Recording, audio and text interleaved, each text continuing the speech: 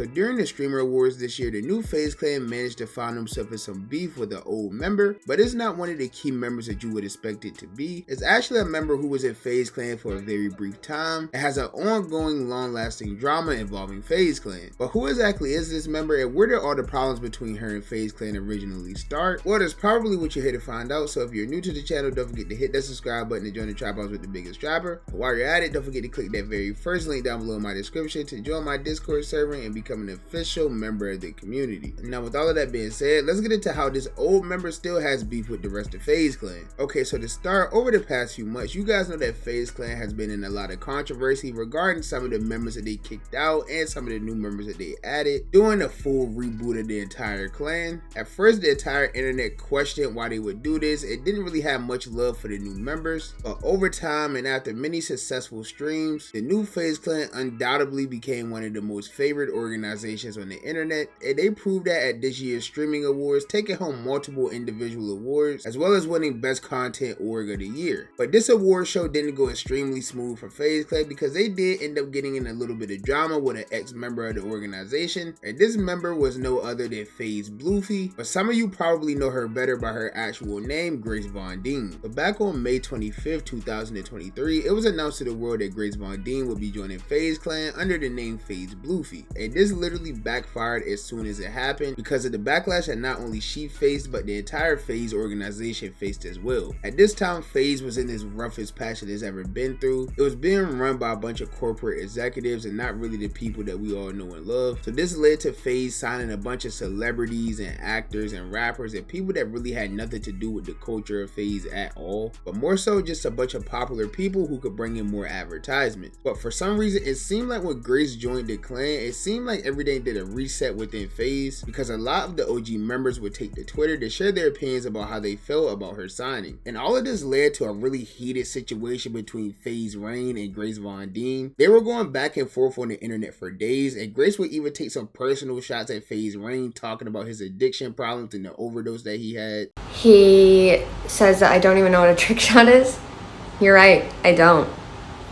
And I know that that's kind of what you're known for, but I know you, Rain, as the person who almost overdosed on a live stream. Like, I know they were in a heated back and forth and they were each saying some disrespectful things to each other, but sometimes there's a line you just don't have to cross, and that was one of them. But her and Rain did end up coming to a quote-unquote truce and would even do a sit-down video together talking about the problems that they each had, and this would lead to her even crying during the video and threatening to sue and leave FaZe Clan if he ended up releasing the video, which he did end up doing anyway. And ever since then, she's taken shots at FaZe Clan over the past year, every opportunity that she gets. Some of the key things that people were mad about when Grace joined FaZe was the fact that she wasn't much of a gamer, or she didn't really play Call of Duty at all. She didn't know what a trick shot was. She didn't know what a 360 no scope was. You know, all of the things that made FaZe Clan FaZe Clan, she really had no idea what any of that was. People felt like she was only signed to the organization because she made an appearance in the popular TV show named Stranger Things, so she already had a little bit of clout behind her name prior to her even joining. People were very upset with this because they wanted FaZe to go out and sign someone who was an actual gamer, someone who knew the culture of the organization, even someone who at least played Call of Duty. And this will ultimately lead to her parting ways with the FaZe Clan organization as a whole. And after this, the drama would die down a little bit between her and FaZe because FaZe would begin going in an entirely new direction. Now, in my opinion, I really feel like this is what FaZe needed at the time to really ignite the spark under them to bring the clan back to what it was. And about 1 year later, after FaZe Banks regained control of the entire organization, this led to FaZe Clan doing an entire reboot, kicking key members from the organization and leaving a lot of people on the internet upset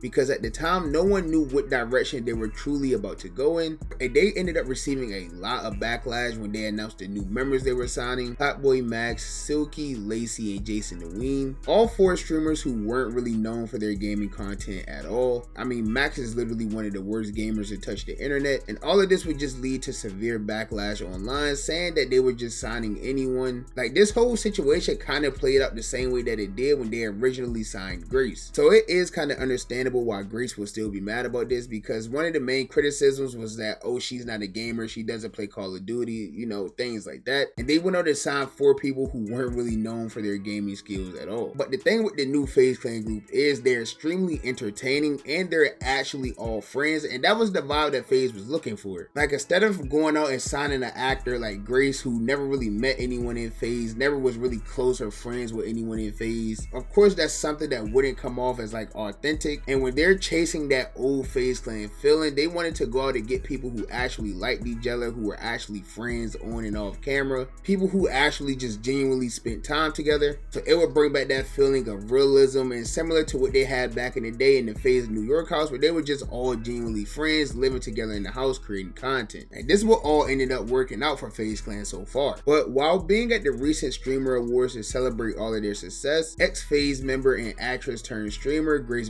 Dien was a person that was announcing one of the awards of the night. When she got up to the microphone, she immediately began taking shots at FaZe Clan, even acknowledging the fact that they were Trump supporters. Best FPS player, as I am hard stuck bronze in every game that I play. That's why I was never accepted into FaZe, right guys? Yeah. That's okay, I'm not a Trumpy anyway. And after celebrating all of their success, later on in the night or the next day, FaZe members would take to Twitter to reply to some of the comments that Grace had made during the night. Various Twitter accounts had made some viral edits of what Grace said about FaZe Clan during the Streamer Awards. This would lead to the CEO of FaZe Clan, FaZe Banks, responding to these tweets via Twitter, originally tweeting out "poor girl" and then following that up with another tweet that stated, "You heard how mad she was in her voice, that might have to be your new producer tag, not gonna lie," in reference of what she said about FaZe Clan, and then announcing Platboy Max as the winner of their award. And this would lead to Grace putting out a tweet the very next morning stating that the FaZe guys are so brave online, but just stared and whispered whenever they saw me last night. Micro energy. And this tweet ended up going very viral, accumulating over 6.6 million views and over 28,000 likes. So of course it would end up catching the attention of various FaZe members. It started off with FaZe Kason replying to this tweet first, and his tweet would read, "LOL, says the person who woke up the next day and is tweeting about us rent free. Humble yourself a little. I promise we do not care about you, respectfully." And then Stable Ronaldo would end up replying to this tweet as well with a tweet saying, "Let's fix this, Grace, and let me take you out to a dinner. No, not the FaZe boys, just us."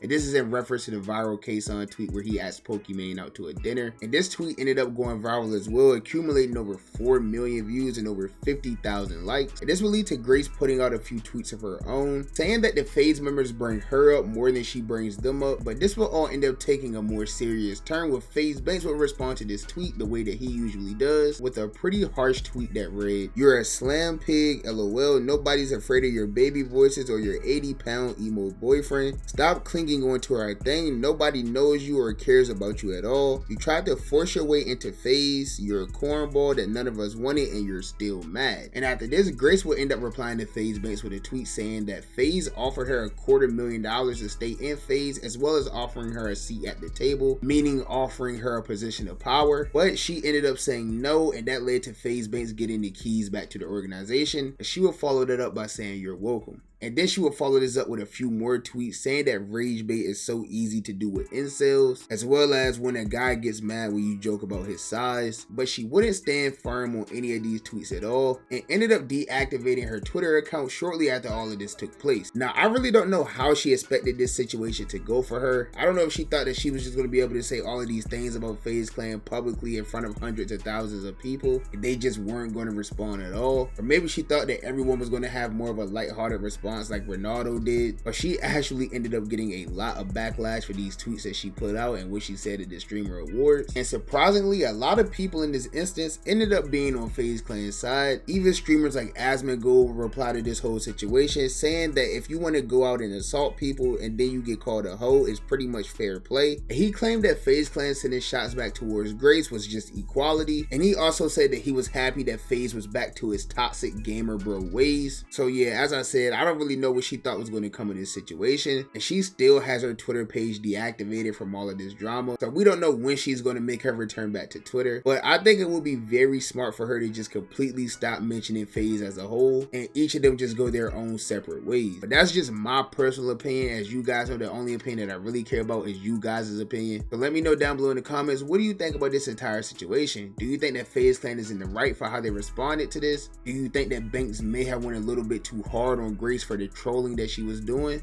Or do you think that all of this is just a mutual back and forth both ways? Let me know what you think down below in the comments, and while you're at it, don't forget to hit that subscribe button to join me on my journey to 10,000 subscribers. We're literally the closest we've ever been to hitting it. We're right there, bro. We're literally 150 subscribers away. So go ahead and press that subscribe button. You guys have been showing me a crazy amount of love and support this year, and I just want to keep that going all the way throughout the end of the year. And while you're at it, if you enjoyed the video, be sure to give me a thumbs up. If you didn't enjoy the video, be sure to give me a thumbs down. Any feedback is good feedback to me. And as always, I appreciate all of the love and support. And I'll catch you boys and girls in the next banger, man.